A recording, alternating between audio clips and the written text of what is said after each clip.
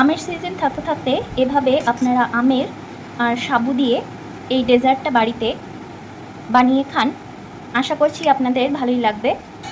বাড়িতে যে কোনো গেস্ট এলে তাদেরকেও বানিয়ে দিতেই পারেন, তারাও পছন্দ করবে। এর জন্যে আমাদের গরম জল তৈরি করতে হবে, তাই গ্যাসে কড়াইয়ে আমরা গরম জল ফুটতে দিয়েছি। সাবু ধুয়ে নিলাম, গরম জলের মধ্যে দিয়ে দিলাম। এটা 5-7 মিনিট ফুটিয়ে নিতে হবে। আমের পাল্প তৈরি করে নেব। অন্যদিকে আমের পাল্প তৈরি করে নিলাম। দেখুন সাবুটা হয়ে গেছে, এটা ট্রান্সপারেন্ট হয়ে গেছে। আমাদের বুঝতে হবে যে সাবুটা সেদ্ধ হয়ে গেছে।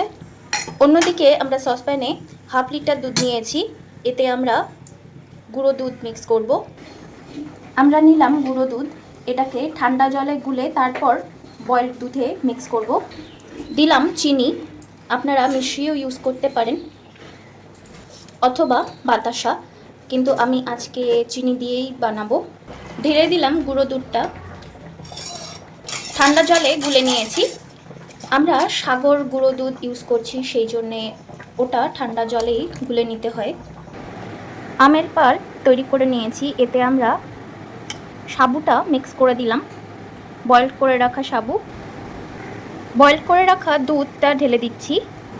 কিছুটা ড্রাই ফ্রুটস নিয়েছি, কাজু, কিশমিশ, খেজুর আমরা ছোট ছোট পিস করে রেখে দিয়েছি, আর আমেরও ছোট পিস করে রেখে দিয়েছি, এর মধ্যে ঢেলে দিচ্ছি। এইভাবে আমরা 2 ঘন্টা ফ্রিজে রেখে দেব।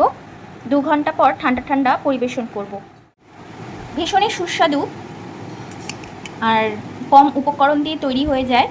ঠান্ডা ঠান্ডা এই ডেজার্টটি আপনাদের কেমন লাগলো অবশ্যই লিখে জানাতে ভুলবেন না। ভিডিওটি পছন্দ হলে একটি লাইক এবং চ্যানেলটিকে সাবস্ক্রাইব করে আমাদের সাথে থাকবেন। আজকের মতো আসছি, দেখা হবে এই চ্যানেলে অন্য কোনো রেসিপি নিয়ে।